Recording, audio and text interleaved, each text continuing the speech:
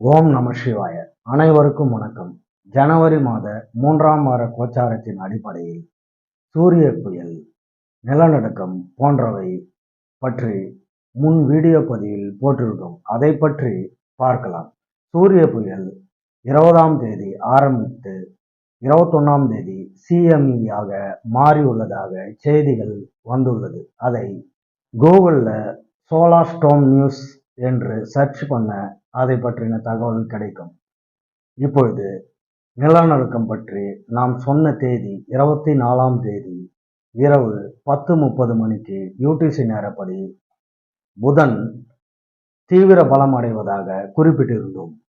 அந்த புதன் தீவிர பலம் அடைந்த நாளுக்கு முன்பின் 3 நாட்கள் நிலநடுக்கங்கள் உலகில் வெவ்வேறு இடங்களில் அடிக்கடி நடந்துள்ளன. இந்த வாரத்தில் மிக அதிகமான இடங்களில் நிலநடுக்கங்கள் ஏற்பட்டுள்ளன.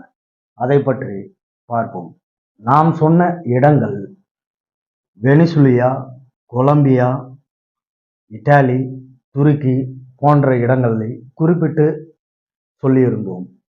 ஆக இந்த 4 நாடுகள் ஒரு நேர்கோட்டில் ஒரு கோணத்தில் அமைந்துள்ளது.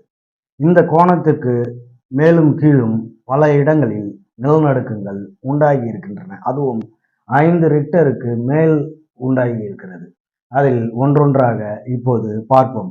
அதில் ஸ்பெயின், ஸ்பெயின் நாட்டில் 21ஆம் தேதி 7:20 இரவு 5.2 ரிக்டர் அளவு ஏற்பட்டிருக்கு.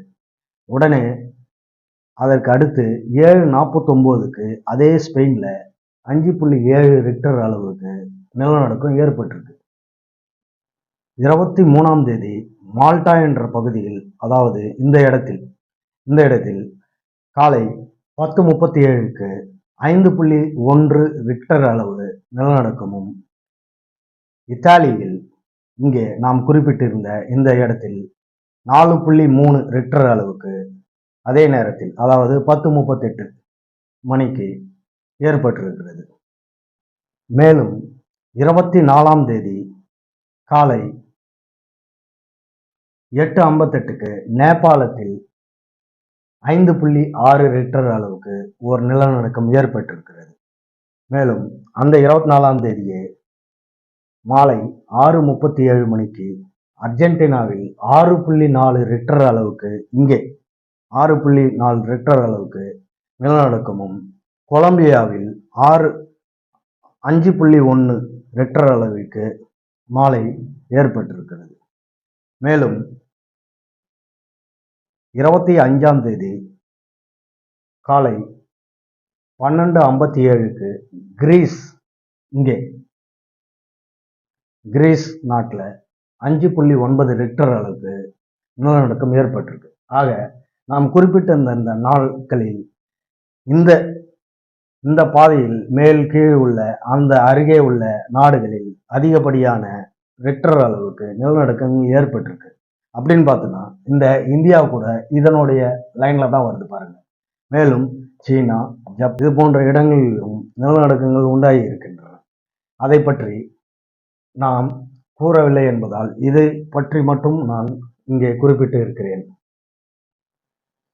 இந்த நிலநடுக்கத்திற்கும் கோச்சார கிரக இணைவுகளுக்கும் தொடர்பு உண்டு என்பதை நாம் சரியாக கவனித்தால் நடக்கும் சம்பவங்களை முன்கூட்டியே தெரிவிக்க முடியும். மேலும் சில ஜோதிட ஆய்வுகள் செய்த பிறகு இன்னும் சரியாக கணிக்க முயற்சி செய்கிறேன். அடுத்தது பிப்ரவரி மாத உலகியல் ஜோதிடத்தின் அடிப்படையில் ஆய்வு செய்து வீடியோ வெளியிடுகின்றேன். கமெண்ட்ஸ் பண்ணுங்க, சப்ஸ்கிரைப் பண்ணுங்க. வணக்கம்.